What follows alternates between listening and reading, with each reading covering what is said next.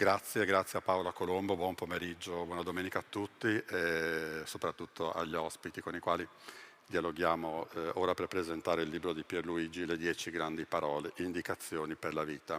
Pierluigi aveva commentato i 10 comandamenti, però insomma diciamo che non gli piaceva molto chiamarli proprio così, come definirli quasi delle imposizioni.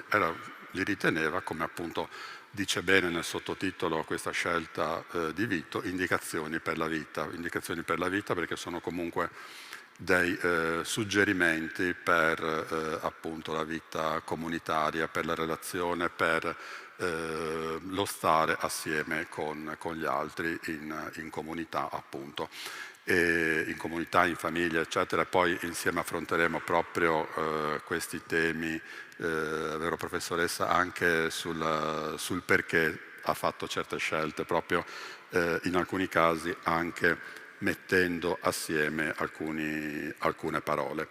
E come diceva Paola Colombo, una voce libera e indipendente come la sua ci manca, soprattutto in questo momento di difficoltà generale. Sentiamo molto parlare di tante cose così evanescenti, però c'è evidentemente la necessità di una spiritualità e di una guida. Su questo dopo, se me lo consente, le farei un paio di domande anche per valutare insieme questo, non so se così possiamo chiamarla, ma insomma questa presenza molto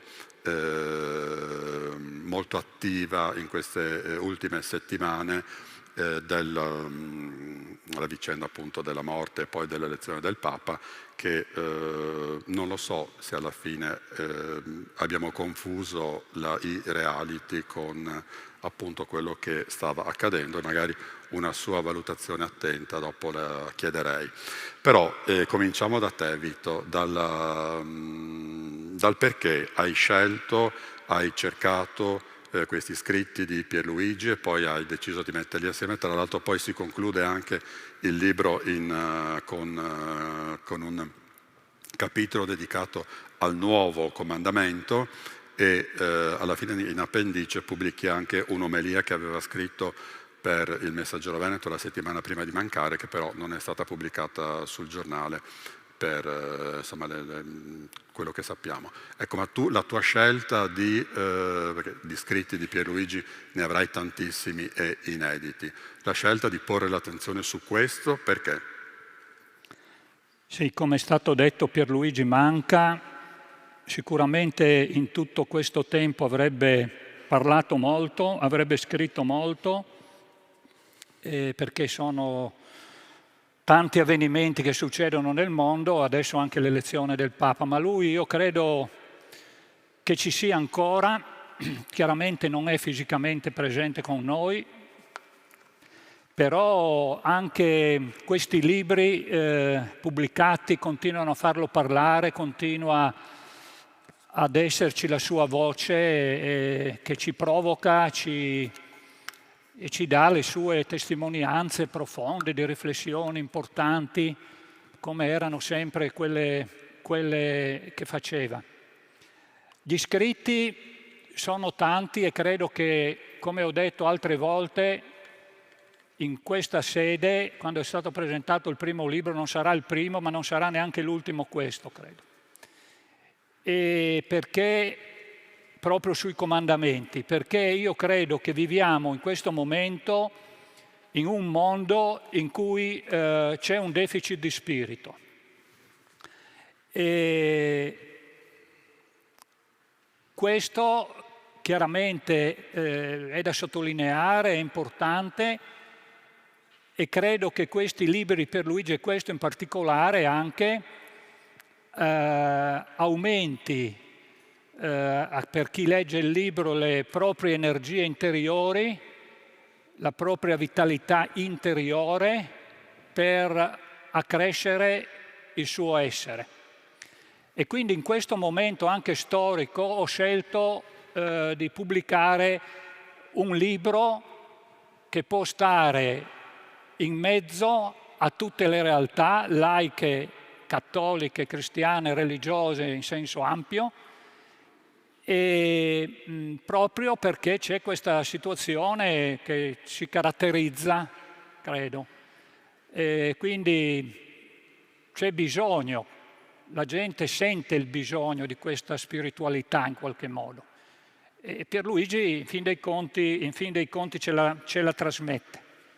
Per cui, diciamo, la scelta è stata questa. Lui aveva scritto i comandamenti, li aveva rivisti negli anni 2003-2004 per fare degli incontri a Valle Noncello nella provincia di Pordenone, ma poi non si è limitato lì, è andato anche a parlare in altri posti del Friuli e si è espanso anche nel Veneto. Il secondo comandamento è stato presentato anche nel 2013 a Borca di Cadore, nel Parc Dolomites di Borca di Cadore, per cui Pierluigi insomma aveva conoscenze varie, importanti sul territorio, veniva chiamato a fare questi passaggi anche spirituali di un certo rilievo. E come anche hai sottolineato tu già, non li ha chiamati 10 comandamenti, perché i 10 comandamenti sono in fin dei conti dei comandi, possono essere degli ordini, e li ha chiamati le 10 grandi parole, perché il termine parola necessariamente attiva relazioni, attiva comunicazioni. Oggi va di moda, si attivano ponti appunto fra le persone. E Pierluigi ha interpretato queste 10 grandi parole dando un senso positivo ai comandamenti. L'espressione negativa delle 10 grandi parole con l'indicazione che era precedente del non fare, come sottolinea lui nell'introduzione, ha favorito la religione del contenimento piuttosto che la fede del dispiegamento, la fede coraggiosa, la fede dinamica, non statica, diciamo non magica. E il sottotitolo di questo libro è stato scelto in modo avveduto, Indicazioni per la vita, perché in ogni comandamento si intrecciano delle questioni nostre esistenziali, in qualche modo, esistenziali. E appunto in questo momento dove c'è questo deficit di spirito, leggere anche attraverso il libro di Pierluigi queste questioni nostre esistenziali ci accresce appunto il nostro essere, la nostra interiorità. I 10 comandamenti, le 10 grandi parole del libro sono anche una provocazione forte a passare dall'io al noi per costruire un mondo più umano, più fraterno e più giusto. E non voglio prendere troppo tempo, però Pierluigi qui in questo libro si manifesta anche come teologo, perché tra le tante cose che lui ha fatto nella sua vita ha avuto anche il tempo di laurearsi in teologia a Roma, andando 2 volte alla settimana a Roma. Aveva preso la licenza in teologia e poi ha fatto altri 2 anni prendendo l'aereo e andando a Roma. E si è laureato, dove ha fatto una laurea anche l'attuale Papa, in una facoltà pontificia a Roma. E dico si manifesta come teologo perché per ogni comandamento esamina il Vecchio e il Nuovo Testamento, il Vangeli, e poi, come era solito fare lui, chiude con un'attualizzazione del comandamento. Ogni comandamento viene attualizzato, cosa dice a noi oggi. E questo è importante. Ha scelto anche tutte le scritture in un modo, direi, bello, perché anche la lettura delle scritture per chi non è esperto in teologia potrebbe essere anche una cosa complessa, ma in realtà le scritture si riferiscono molto bene al comandamento e sono anche leggere da leggere. Io credo che alcuni dati che sono stati riportati volutamente non sono stati corretti ma lasciati nella loro integrità, risentendo inevitabilmente del tempo trascorso, ma questo vale soprattutto per il quinto comandamento e per il settimo comandamento, non rubare, e il quinto, non uccidere. Però i dati che io ho visto e non ho corretto sono peggiorati in questi anni, per cui quello che dice Pierluigi in relazione anche ai dati trova ancora più conferma e più potenza, direi, in qualche modo. Direi, per concludere, che ho voluto mettere il suo ultimo scritto. Eravamo assieme e lui ha scritto sulla guerra russa-ucraina e mi ha detto non lo mando al Messaggero perché non c'è un riferimento al Vangelo, e l'ho tenuto io fino a quando adesso è stato pubblicato. È uno scritto del tutto inedito in cui emerge una cosa, direi, importante, una sottolineatura che vorrei fare, e cioè Pierluigi, quando parlava della pace e della guerra, spesso diceva che c'è una questione in fondo antropologica, che è questa, cioè l'uomo che è capace di azioni di solidarietà, di bene, di amicizia, può manifestarsi anche con atti di violenza e aggressione. E quindi questo è un dilemma in qualche modo, un tema importante che lui sempre lo poneva come un tema e lo classificava proprio antropologico. E qui in questo appendice però direi che vorrei sottolineare si è mantenuto un rapporto che è scritto anche nel libro speciale, uniti fino all'ultimo la sua mente, il suo cuore e la penna con cui scriveva, perché Pierluigi scriveva sempre a mano. E poi il passaggio sul PC era fatto da altre persone. E qui devo ricordare e ringraziare, se presente, ma l'ho fatto anche all'inizio del libro, Laura Chinellato, perché ha trascritto i manoscritti di Pierluigi e per la fedeltà che ha sempre manifestato a mio fratello. E quindi c'è questa unità, le cose passavano dalla testa, andavano nel cuore per ricevere, secondo me, delle pennellate di umanità, delle pennellate che pensavano agli altri, di non scrivere troppo anche articolato, citando anche fonti che le sapeva ovviamente, ma perché i suoi articoli e le sue pubblicazioni fossero anche ben comprese dagli altri. E credetemi, non voglio dilungarmi in questo, ma l'ultima sera che abbiamo passato assieme guardavo tra virgolette, proprio la sua testa, il suo cuore, le sue mani, perché lì c'era questa unità che dicevo. E alla fine ho scelto sicuramente in condivisione con lui, perché lui l'avrebbe detto, se avesse scritto il libro, avrebbe messo anche lui il comandamento nuovo do a voi, l'amore. Perché l'amore supera tutte le regole, anche i comandamenti, se vogliamo, in qualche modo, e vivifica le leggi, dandole loro linfa nuova. Grazie Vito.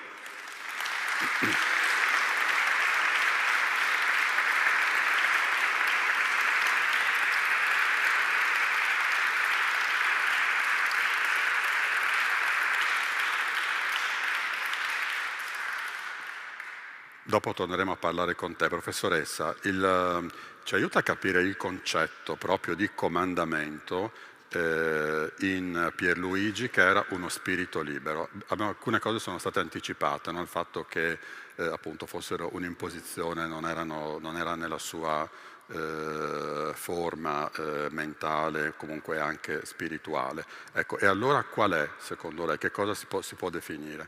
Come? Ma forse proprio come appunto è già stato detto e come si vede nel libro, poi dirò ancora qualcosa su una particolarità di questo libro, ma sono indicazioni per la vita, ma indicazioni potrebbe essere quasi simile a comandamento, ma qui sono occasioni.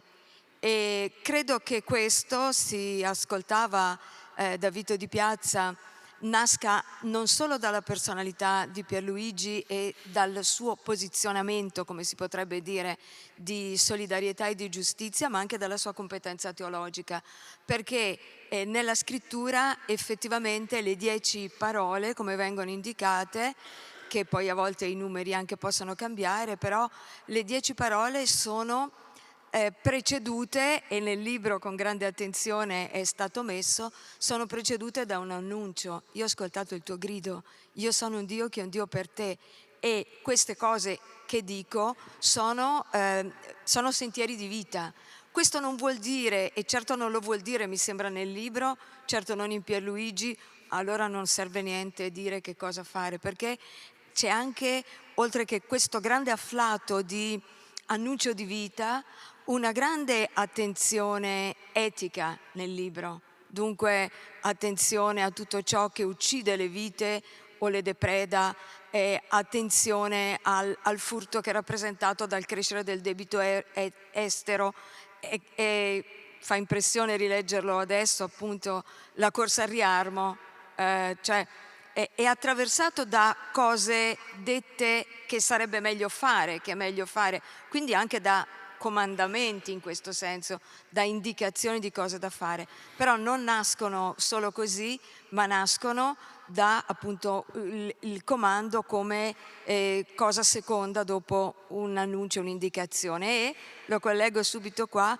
qual è la particolarità? Questo è un libro che è un libro, ma ha la qualità di alcuni libri, qualcuno ce l'ha di più e qualcuno meno, cioè anche gli applausi che ci sono stati prima non sono applausi solo perché piace il libro, sono applausi per chi è stato ed è Pierluigi, e proprio la felice scelta delle cose messe in fondo, quindi il comandamento dell'amore, ma anche lo scritto postumo, dicono delle cose che lui qui applica, Pierluigi applica a Gesù, ma noi possiamo applicarle al discepolo che è lui. Come ha amato Gesù? Ha vissuto incarnandosi, prendendo a cuore le situazioni delle persone. Ha vibrato di compassione nell'accoglienza, nell'ascolto, nella partecipazione. Ha condiviso. Ha comunicato parole di rassicurazione, di fiducia, di incoraggiamento. Ha concretizzato gesti di vicinanza. Ha toccato gli intoccabili e si è lasciato toccare da loro. Egli è passato dovunque facendo del bene, abbattendo i muri di separazione e di divisione fra sacro e profano, puro e impuro, uomo e donna, e avanti. Io ho letto qua con le sue parole come ha amato Gesù, ma certamente il discepolo, che è stato discepolo prima ancora che guida, ma anche guida, che è stato Pierluigi, possiamo dire che ha incarnato questo. E siccome questo libro è questo, è questa vita che torna in parola scritta e destinata a tornare parola di vita. Ecco, ma ne parlavamo anche prima io e lei, e quindi come si può conciliare appunto queste indicazioni di vita per le relazioni tra gli esseri umani, e poi però con una dimensione spirituale irraggiungibile Dio? Faccio forse un po' fatica a capire l'alternativa, perché lo sento profondamente vicino.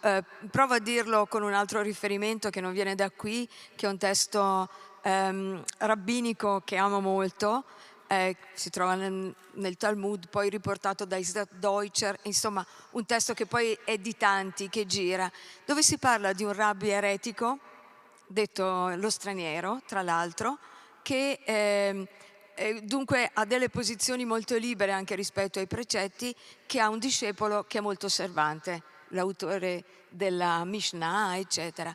E in giorno di sabato l'altro, l'eretico, diciamo così, è sul cavallo, non ci poteva stare di per sé, è sul cavallo e l'altro rapito lo segue e lo ascolta che gli dice di spazi enormi.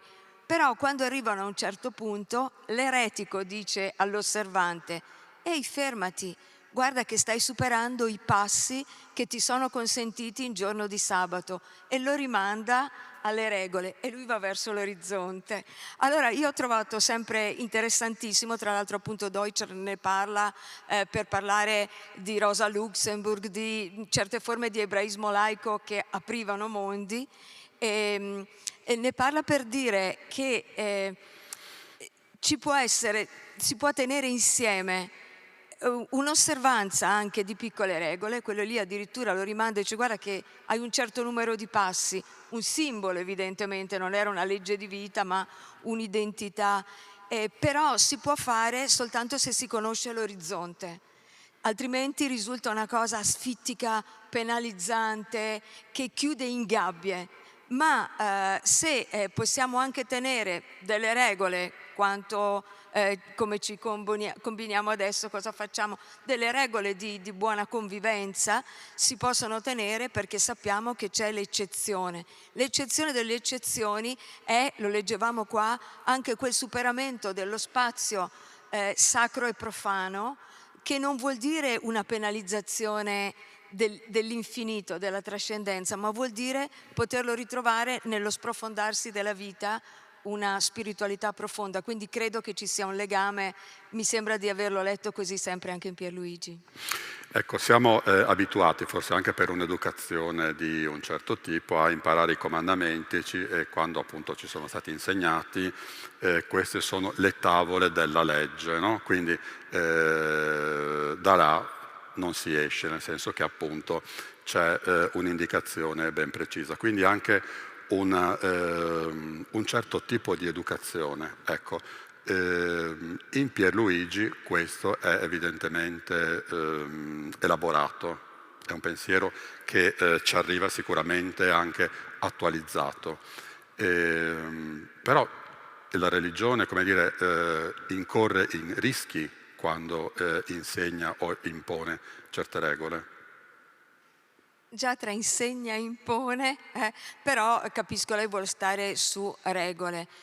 Ogni religione corre dei rischi grandissimi, nella misura in cui da una parte io sono cattolica, mi intendevo molto su molte delle questioni di Pierluigi con Pierluigi, e quindi sono cattolica così, e quindi non è che sono al di fuori della religione o che voglio fare lo spirito libero al di fuori delle religioni, però certamente le religioni sono uno degli aspetti più pericolosi che abbiamo, perché portano con sé un'istanza che è un'istanza di libertà, di oltrepassamento, di ogni vita è terra santa, mi levo i calzari, un po' come nell'immagine dell'Esodo, davanti ad ogni vita c'è posto per ognuno, quindi quanto di più destabilizzante anche di un presunto ordine sociale che molte volte è un disordine, però nello stesso tempo porta con sé anche a volte la sacralizzazione dell'ordine,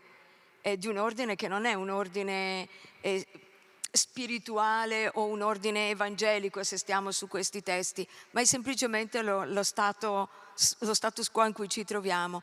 E allora in questa ambivalenza sta l'importanza di discepoli maestri come è stato Pierluigi, come sono tante altre persone, cioè di persone che pur abitando gli spazi ristretti anche di trovarsi per una meditazione, per un culto, per una preghiera, sanno aprire spazi larghi intermedi di accoglienza di tutti e tutte, come il Centro Balducci, e nello stesso tempo sanno andare oltre tutto questo perché mentre lo pongono lo sanno attraversato da altro, risponderei così. Ma c'è un punto, secondo lei, nel quale c'è il rischio di un uso strumentale della religione? Ah beh, ce ne sono tantissimi. Diciamo che, anzi, molte volte appaiono quasi più forti questi, anche perché forse quasi, anche gli ultimi fatti lo dicono, c'è quasi un desiderio un po' limitante, un po' rischioso di volere una persona che dica che cosa fare, quindi molte volte anche nella comunicazione, questo chi lo fa certamente ha un compito etico e politico e religioso molto forte, c'è il rischio di dare spazio soprattutto a queste grandi questioni che sono spesso manipolate e manipolabili. Certo, non l'annuncio per la pace, ma se prendiamo la morale sessuale o alcune regole che vengono a volte riportate, certe esclusioni delle donne, certe cose, si dà spazio a questo e questo viene presentato come un unico pacchetto. È anche vero che c'è anche dell'altro, e anche la vita religiosa, e quando una vita religiosa si vive attraversando i confini e poi alla fine una vita insieme a tanti altri, comunque chiamino Dio o se non lo chiamano per niente, quindi non è solo una vita religiosa ma è una vita solidale, una vita e basta, e ci sono anche tante istanze di questo tipo, e forse una delle sfide, una delle risorse anche di questo libro è di non nascondere i rischi ma di far vedere le risorse. Allora, lei ha fatto un accenno appunto a queste giornate che abbiamo passato più o meno, insomma, davanti alla TV o qualche mezzo di informazione. Pierluigi è stato sicuramente un uomo di pace e in questi primi giorni, in queste prime uscite, Leone XIV ha parlato soprattutto di pace.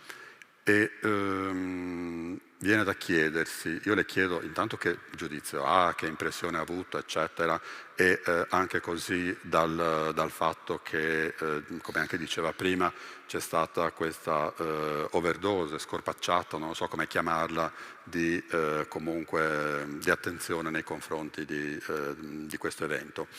E poi anche se vede, secondo lei, a parte questa attenzione che abbiamo detto per la pace, anche oggi di nuovo all'Angelus ha fatto un appello che cessi la guerra a Gaza, in Ucraina e nelle altre parti del mondo, vede che poi le altre questioni però sono rimaste, come dire, sullo sfondo o nemmeno quello?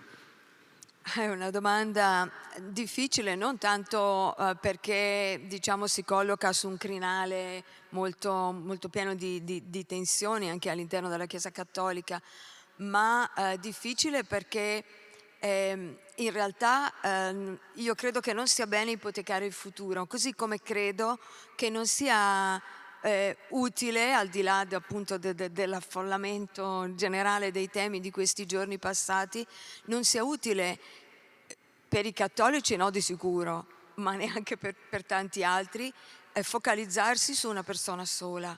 Cioè l'attenzione è stata troppo allora, esagerata? l'attenzione è stata Ma forse, scusi, comprensibile. è stata un po' l'uscita anche dell'altro Papa, un po' difficile perché il giorno prima era in piazza, il giorno dopo non c'era più. Allora, oltre che difficile, quella, se la vogliamo paragonare a quella testimonianza di Vito Di Piazza dell'ultimo giorno in cui guardava testa, cuore e mani, è stata un'uscita, diciamo così, nonostante abbia sofferto molto nel mese precedente, però un'uscita potente, invidiabile, cioè che l'ultimo gesto sia, pur nella fatica di una persona malata, la benedizione della folla, quello è una cosa che resta e che è anche simbolo non isolato ma simbolo vero di un pontificato. Dunque quello era comprensibile, e poi ho avuto l'impressione che siccome 2 o 3 ne parlavano, poi 10, poi 20, poi alla fine se non ne parlavano tutti, non di Francesco Bergoglio ma del conclave e Toto Papa, insomma una cosa, però proprio riflettendoci su questo mi sembrava un po', qui non l'ho trovato quella parabola ma ce ne sono tantissime altre, quella del grano e la zizzania, cioè è difficile separare o fare l'intellettuale dall'alto della turris eburnea che si astiene cioè è difficile discernere in un movimento che è anche un po' indotto ma molto popolare, discernere ciò che è un'espressione di un desiderio, quell'anelito alla pace che certamente, cioè, anche perché stiamo distruggendo quel poco che resta di questo pianeta, quindi cioè, un anelito alla pace che è sentito, meno forse dai commercianti di armi e da pochi altri che con follia non recedono da queste posizioni. L'anelito alla pace è anche l'anelito a una ulteriorità, una spiritualità, una profondità, perché che se ne dica magari in forme diverse, io sono convinta che c'è tanta ricerca di senso e di spiritualità nel mondo. Discernere quello da vogliamo un uomo solo al comando, sia pure religioso, perché da popolo a populismo, cioè, il passo potrebbe essere breve. Però è come il grano alla zizzania, è inutile stare a fare i puristi, e la cosa si è data così.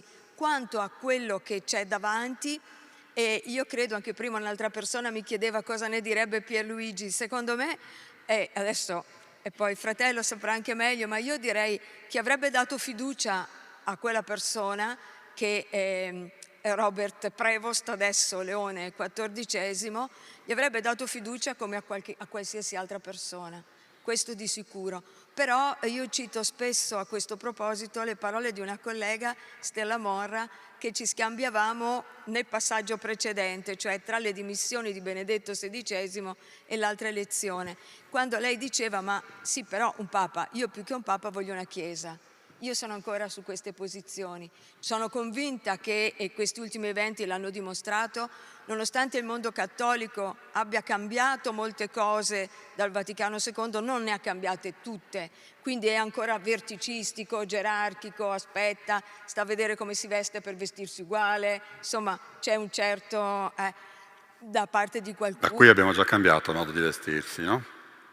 Qui è cambiato, sì. È strano, perché una volta che una mozzetta o una mantellina è tolta è strano rimettersela, però vedremo, voglio dire, non ipotechiamo tutto questo, però sono convinta che la questione si gioca, certo, anche se Bergoglio ha cercato in tutti i modi di dire pace sia, ambiente sia rispettato, ci sia la pace, non mi sembra che sia stato molto ascoltato. Speriamo che adesso comunque, al di là di lui, che riusciamo effettivamente in questa cosa. Però certo nella Chiesa Cattolica ci sono anche delle questioni al loro interno.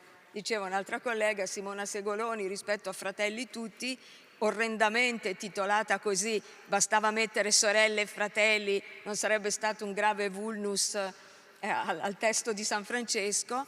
Però al di là di quello siamo molto bravi, molto capaci a dire al mondo cosa deve fare, e siate bravi, comandamenti, e rispettate le donne, e pari opportunità per tutti. Però la Chiesa Cattolica ha diversi scheletri nell'armadio da questo punto di vista, e quindi speriamo che...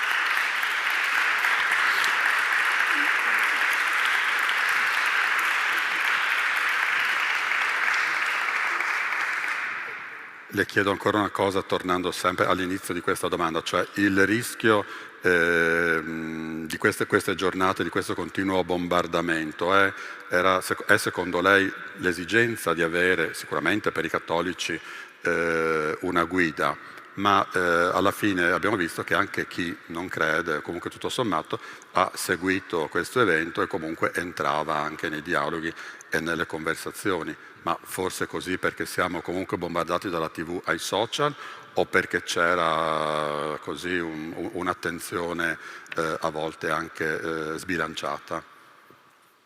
Allora, i cattolici, sempre torniamo al libro di Pierluigi, la guida ce l'hanno nelle scritture, ce l'hanno nel Vangelo, ce l'hanno nelle parole solidali, anche che non si definiscono così. Quindi, vabbè, però capisco cosa intendeva dire, avere un vescovo di Roma degno di questo nome, mettiamola così.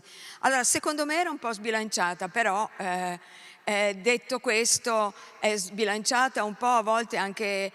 certo, questa è stata molto di più, anche per un'istanza molto spirituale, però io vedo che delle volte anche sui reali d'Inghilterra, mamma mia, sembra che sia rimasto questo desiderio di re, principi e regine e pontefici. Però in questo caso non mi permetto più di tanto di dirlo, perché sento che ci sono anche molte persone, anche distanti, che hanno apprezzato di Francesco e quindi desiderato ancora di continuare, hanno apprezzato il cambiamento del registro simbolico. La prima sera che è stato eletto ha chiesto alla folla beneditemi, cioè lui ha benedetto ma ha chiesto di essere benedetto, raccoglieva la borsetta da terra, tenga signora, e diciamo questa prossimità con cui ha provato a convertire la struttura del pontificato, diciamo, è stata molto apprezzata anche al di fuori del sistema cattolico, forse più al di fuori. Sì, evidentemente possiamo dirlo. Vito, tra i 10 comandamenti ce n'è uno che come l'ha affrontato, come ne ha parlato Pierluigi, ti ha colpito di più? Sì, mi hanno colpito tutti, però vorrei riflettere un momento sul secondo comandamento. E prima di entrare nel secondo comandamento volevo fare una precisazione sulla domanda che hai fatto, Cristina Simonelli, sulla pace, perché oggi nominano tutti la pace. Allora, nominare la pace è un pacifismo che a volte può diventare sterile e anche demagogia. I costruttori di pace, perché dietro ogni guerra ci sono delle clamorose ingiustizie nelle società dove sorgono anche le guerre.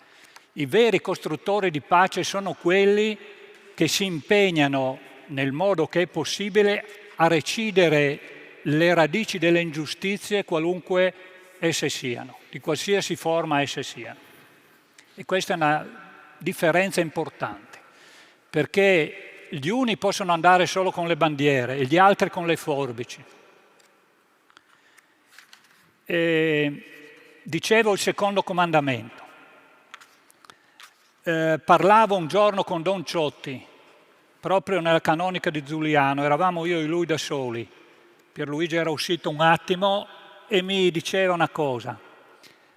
Sai, dice, mi ha telefonato la Bagarella. Bagarella, per chi non lo sapesse, era la moglie di Totò Riina e Bagarella era un capo mafia. E la Bagarella mi ha detto, sa padre, io credo in Dio. Anch'io credo in Dio, ha detto Ciotti, però probabilmente crediamo in 2 Dio diversi. La butto lì senza ulteriori commenti.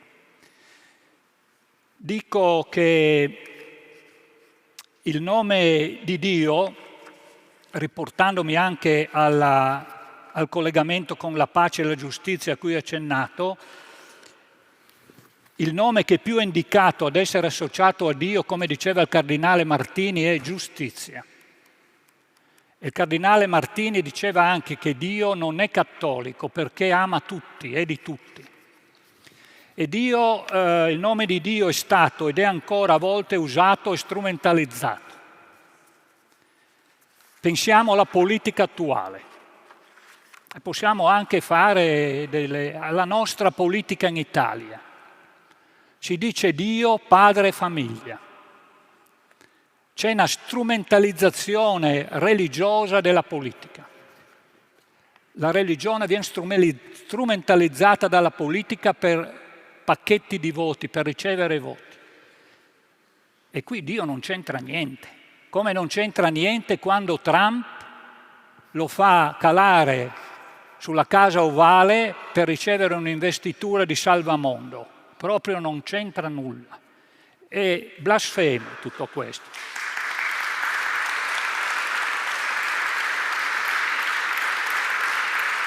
Il nome di Dio,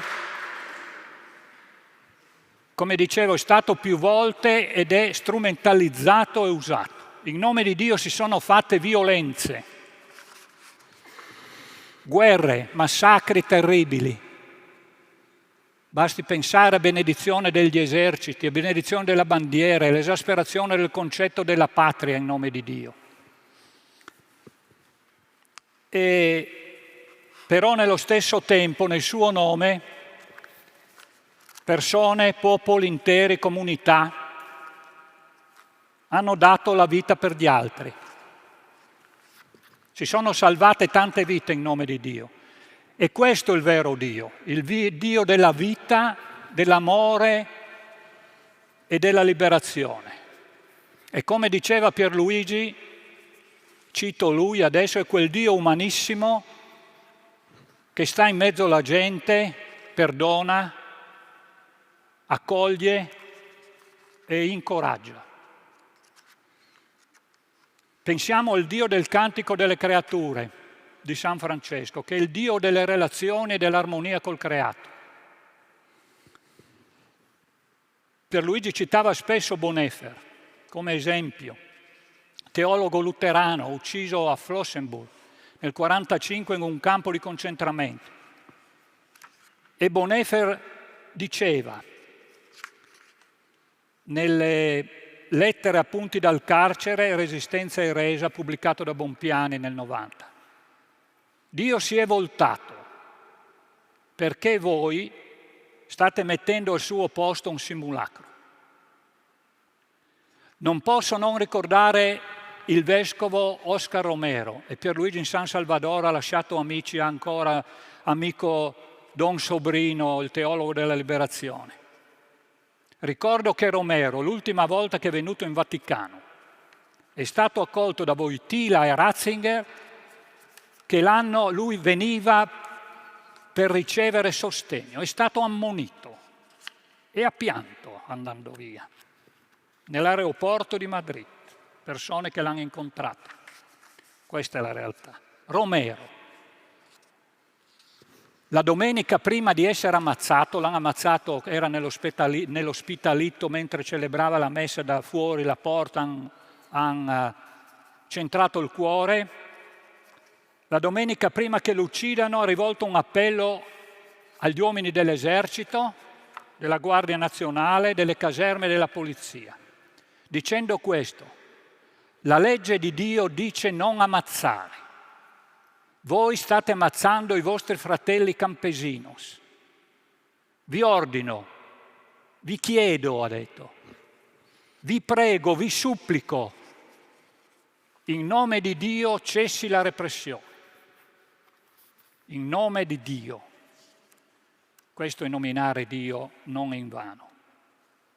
E adesso leggo, perché potrei anche farlo a voce, ma mi sembra un passo estremamente importante, rilevante, di padre Turoldo, che sottolinea quante volte è stato nominato dall'uomo in vano Dio, in Madre, che ha pubblicato nel 1967. Anche il cardinale Ravasi, tra l'altro tutti citano Turoldo, ma poi in sostanza è citato ma non è entrato anche nella Chiesa in modo pregnante, anche nella Chiesa friulana. Dobbiamo dirci che gli uomini come Don Tonino Bello, Turoldo, Balducci e altri hanno come ricevuto un marchio istituzionale per cui questi, Don Milani ovviamente, per cui non verranno mai fatti beati, non dico santi, ma riconosciuta dall'istituzione una loro valenza. È stato Papa Francesco assieme a Mattarella Barbiana. Quante volte è stato Pierluigi a Barbiana, celebrato messa il giorno dei santi. Allora, Turoldo cosa diceva riguardo al non nominare il nome di Dio in vano? Uomini, non invocatemi più, non disturbatemi con le vostre ciance. Io non so cosa farmene dei vostri incensi. Il sabato e le altre feste comandate non le posso soffrire. Le vostre solennità sono stanco di sopportarle, finché regna l'iniquità nelle vostre riunioni. Avete coperto col mio nome cose innominabili. Nel mio nome avete tenuto buoni tutti i poveri della terra, invece di vendicarli. E poi non siete capaci di trasformare una spada in vomero, una lancia in falce, o gente fomentatrici di guerre, uomini perennemente in guerra. Non nominatemi più. E quello che ha scritto Turoldo, che letto così può sembrare uno spirito forte che batte i pugni. In fin dei conti, se andiamo, è scritto nel libro di Pierluigi, questo pezzo di Turoldo, e nel secondo comandamento. Se andiamo a vedere cosa dicevano i profeti, e questo è scritto di nuovo nel libro, sul terzo comandamento, ricorda di santificare la festa, diceva, giusto per agganciarsi a Turoldo e non considerarlo come uno spirito esplosivo e basta. Diceva Isaia, non posso sopportare le feste della nuova luna, le assemblee e il giorno di sabato, che è il giorno di festa, perché sono accompagnati dai vostri peccati. Mi ripugnano le vostre celebrazioni, per me sono un peso e non riesco a sopportarle.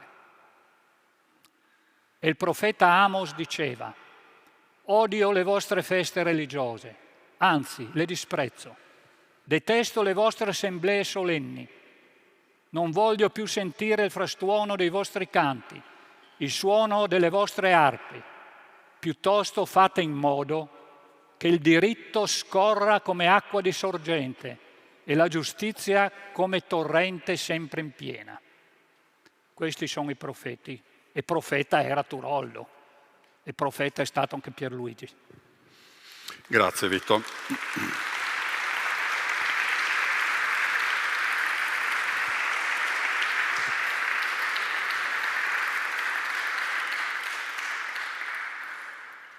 Vito ci ha parlato di un comandamento e ha fatto appunto alcune considerazioni. Tornando proprio ai comandamenti e ai contenuti del libro, alle indicazioni anzi, Pierluigi mette insieme il sesto e il nono comandamento, non commettere adulterio e non desiderare la donna del tuo prossimo. Secondo lei come mai questa scelta? Quando l'ho visto sono rimasta subito un po' sconcertata perché l'abitudine, quella almeno che seguo di più, è di tenere insieme il 9 e il 10, non desiderare la donna, non desiderare la roba del tuo prossimo, perché in senso di protesta evidentemente nella lettura, perché anche nella Bibbia confluiscono sistemi patriarcali oltre a qualche filo di liberazione, no? Non è che sia un testo che piove dal cielo, ma nasce da un'esperienza anche di popoli, di culture, di difesa del clan, dice Pierluigi.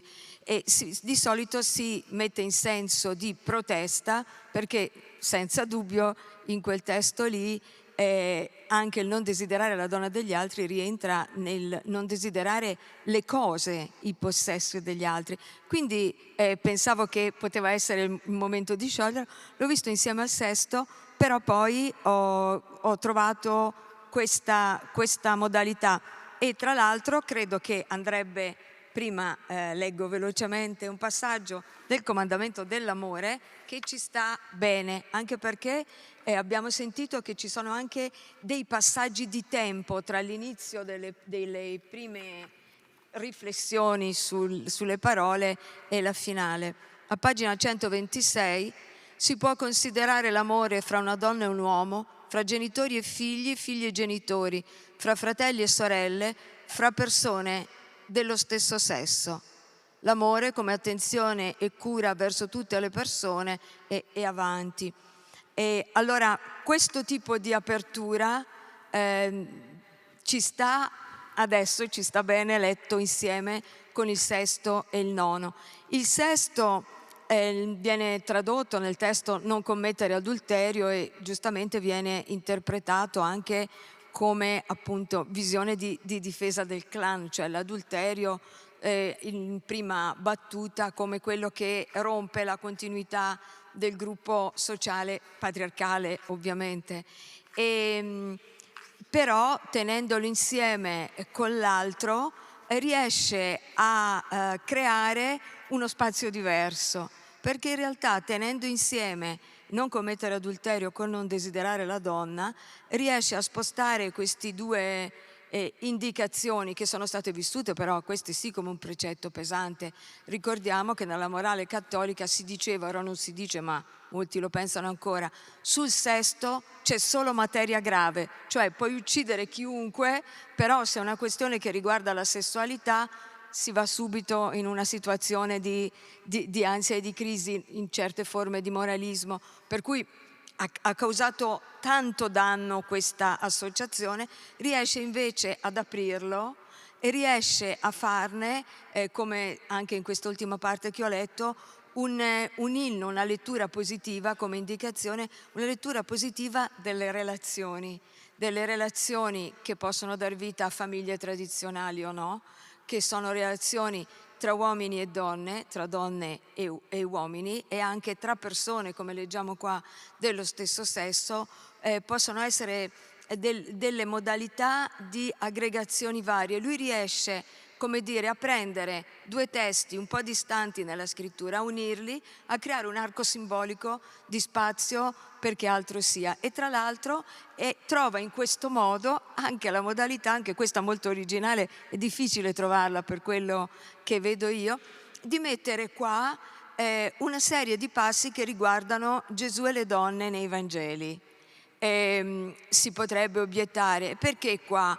Perché le donne qua? Le donne c'entrano con tutto, però ricordiamo la data, siamo nel 2002-2003, in questi 25 anni si era già studiato ma anche molto pubblicato anche da parte delle teologhe e delle bibliste. Qui diciamo siamo ai primi passi e bisogna riconoscere che più uomini che donne fanno fatica a leggere effettivamente i testi delle colleghe e quindi questo a maggior ragione è una risorsa del libro.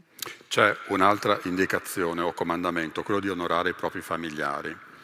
Su questo c'è un parallelo che si può fare con le altre religioni? Io credo che il parallelo, che può essere sempre aperto anche dall'accostamento appunto con alcune pagine evangeliche, chi sono mia madre e i miei fratelli, cioè l'idea di nuove aggregazioni seguite da altro, però quello che si trova è anche, come dire, un sistema di strutturazione familiare, culturale, clanica, che quindi si trova come tale in tutte le religioni e in tutte le religioni, a mio parere, corre quel rischio di ambiguità che dicevamo all'inizio, cioè da una parte tutela, quindi tutela, se vogliamo, da una parte i soggetti deboli, qualche volta possono essere i bambini, non sempre sono tutelati, qualche volta possono essere le donne, più spesso lapidate, però potrebbero essere anche le donne, però sono anche gli anziani. Qui molte volte si dice, e Pierluigi lo mette in evidenza, quando sono in quel momento di estrema debolezza dove passano da persone che hanno potuto agire nel mondo a persone infragilite, rese fragili molto di più che se fossero bambini. Quindi da una parte può tutelare, ma dall'altra impone delle gabbie che su quel non nominare il nome di Dio in vano, mentre Vito Di Piazza parlava, mi veniva in mente un libro, sempre di questi stessi anni, 2002-2003, di una scrittrice pakistana, Temina Durrani, che diceva ma come può Dio, lei musulmana, diceva come può Allah tollerare che sia usato il suo nome in questo modo, proprio per le violenze, per le affermazioni di un'etica di tolleranza all'epoca all'esterno, ma con dentro da abusi a violenze, spesso nei nuclei familiari, veramente, veramente gravissime. E quindi, sintetizzando, è un po' come l'uso strumentale e politico del nome di Dio, così anche la difesa delle famiglie.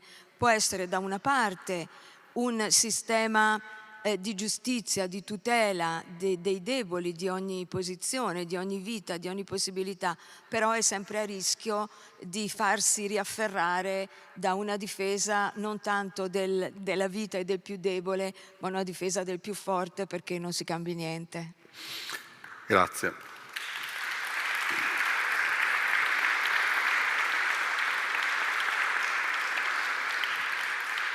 Su questo tema, su questo argomento, Vito, sull'onorare i familiari, qual era il vostro vissuto anche. Pierluigi ha avuto sempre, ovviamente, un'attenzione privilegiata per la famiglia, soprattutto poi per la nostra famiglia, i nostri genitori, i parenti. E quindi dice anche che l'onorare non è un onorare formale, ma lui la intende come profondità della relazione che si instaura. E non si conclude con la conclusione della vita, sempre che in una famiglia ci siano stati presupposti per dei rapporti che stabilivano poi degli esempi positivi anche dei genitori o dei fratelli, delle sorelle, perché ci sono purtroppo delle situazioni anche familiari, di conflitti, di violenze, di separazioni, eccetera, che non facilitano una famiglia positiva.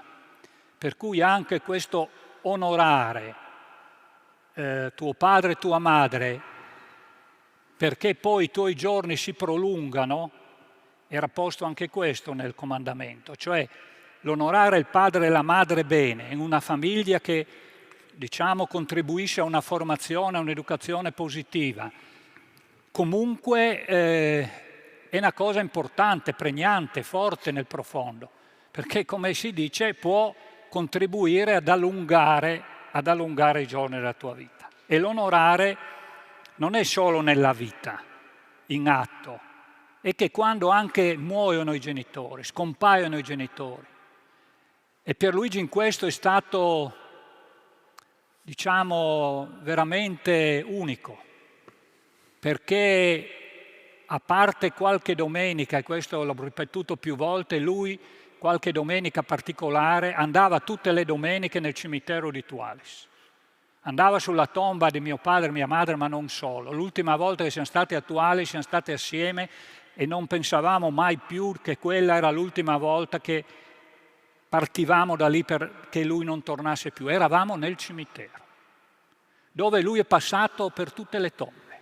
Poi io gli ho detto, vado un momento in casa, lui si è fermato lì, sono tornato lì perché guidava lui la macchina e abbiamo parlato un po' della carnia del paese, della montagna, di tutte queste cose. È peccato che la montagna non ricordi Pierluigi in un modo pregnante, perché Pierluigi per la montagna si è fatto seppellire tra le nostre montagne. Comunque, diciamo che la cosa che, leggendo anche questo comandamento, mi ha suscitato un po' un accostamento anche a noi due, è come Gesù ha vissuto la sua famiglia. Non è stata una famiglia per i genitori di Gesù Cristo semplice, soprattutto per sua madre, a parte Giuseppe, perché Gesù Cristo l'ha posta in difficoltà in tanti momenti, nelle nozze di Cana, quando era in mezzo ai maestri della legge, dice: donna, perché mi avete cercato? Non sai che la mia casa è anche il tempio. Cosa mi cercate tra la folla? Non è il mio momento, gli ha detto a sua madre, per trasformare l'acqua in vino. E poi ha dato le sue disposizioni dalla croce a Giovanni, alla Maria, questo è tuo figlio, Giovanni, questa è tua madre. Cioè una famiglia dinamica che supera a volte i livelli, almeno quella di Gesù. Io non paragono, chiaramente non mi sento di fare un approccio comparativo, assolutamente, ma che supera i vincoli della consanguinità, perché possono essere anche delle limitazioni, e pone anche il ruolo della madre come un ruolo di interlocuzione importante, difficile coi figli, però che possono beneficiare in un modo importante. Io mi riferisco alla famiglia nostra perché Pierluigi poneva le sue istanze, che non erano istanze semplici. Doveva diventare prete, poi la Chiesa, la visione della Chiesa. Mio padre e mia madre erano persone di paese, cattolici, non di una fede bigotta, ma di una fede giusta, secondo me. Io poi ero studente al liceo qui allo Stellini, avevo fatto il 68, avevo poi all'università le mie istanze anche. Però in famiglia abbiamo trovato, come dicevo qui, nella famiglia dinamica di Gesù di Nazareth, una rispondenza importante da parte dei nostri genitori, che non si sono posti come ostacolo alle nostre, diciamo, pregnanti proposte, ma ci sono venuti dietro in qualche modo. E questo, chiaramente, rispetto a questo comandamento, io sento il bisogno di un onore continuo, di un onorare, come dice Pierluigi, anche dopo, in continuità. E quello della famiglia è importante perché ognuno di noi credo che debba sapere guardare indietro. Perché oggi si consumano le cose, si guarda avanti, non si guarda. Da dove veniamo? Da dove proveniamo? Chi sono stati i nostri genitori? Cosa ci ha dato la nostra famiglia? Ecco, questo guardare indietro, sviscerando le problematiche, a volte anche capendo meglio da adulti certi, chiamiamoli difetti dei genitori, è importante in una cultura di reciprocità anche all'interno di una famiglia. Grazie Vito.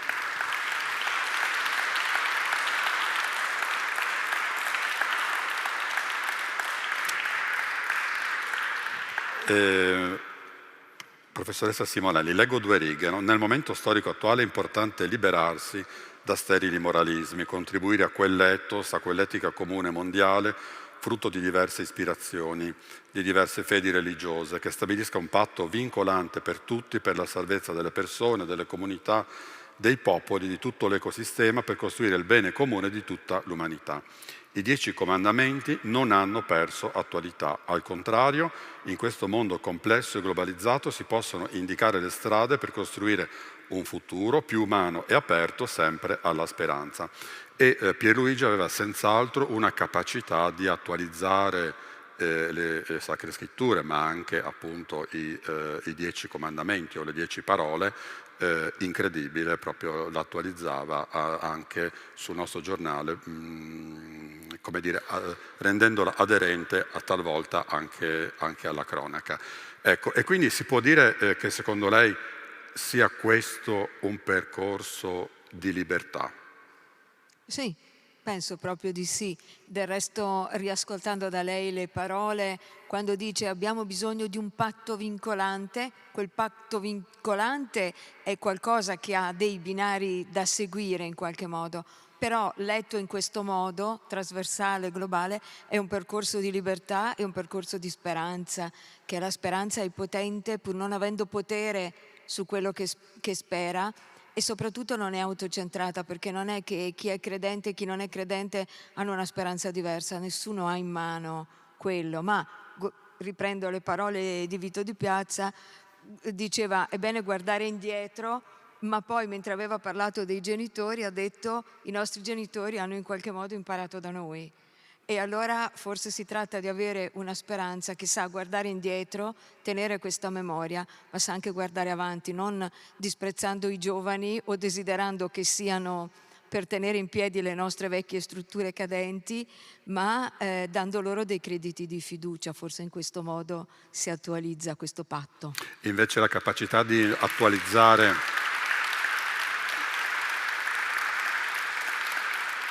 secondo lei la capacità di attualizzare proprio le parole come aveva, di incarnare, no? Proprio la parola nel quotidiano di Pierluigi era una sua visione sicuramente, no?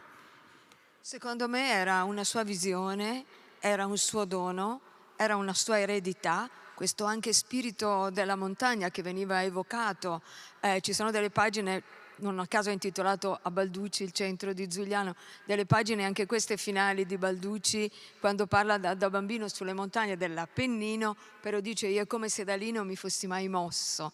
È questo, e poi anche disciplina, è studio, è dedizione, è lettura anche dei fatti politici, che però non lo fa pesare. Non si leggono qui pagine appunto che discettano, che vogliono insegnare, facendo pesare il molto che sa. Però queste pagine non sono pagine improvvisate, dunque c'è il dono, se vogliamo, personale, carismatico, ereditato, comunitario, anche frutto del lavoro. La Chiesa del Friuli ha delle comunità, anche di preti, ma non solo preti, perché i preti da soli sono un gruppo di uomini bravi, ma c'è delle comunità anche molto legate, quindi è frutto anche di questo, però è anche frutto di dedizione, di studio, di disciplina, di quell'aspetto di cose che si fanno e che vincolano, che sono morali, non moralistiche, però fatte con la leggerezza di un volo di farfalla. E la chiusura del libro con il comandamento, il nuovo comandamento, l'amore, che effetto le ha fatto questa lettura? Come dicevo all'inizio, riprendendo le parole anche di Vito Di Piazza, l'ho trovata opportunissima. È come se si creasse un arco simbolico, ma anche di significato, tra le pagine iniziali, nelle quali lui correttamente, anche secondo gli studi biblici anche del secolo scorso, che non ignora, si vede benissimo, dice anche la prescrizione nasce nella scrittura da un indicativo. Io sono il Dio che ti ha aperto strade di libertà, cerca di seguirle un po'. Ecco, questo fa come un arco simbolico con un comandamento dell'amore. La parola amore è un po' inflazionata, è difficile trovarne una che la sostituisca, però è parola che si può dire di rispetto profondo per ogni vita e per ogni relazione. Grazie.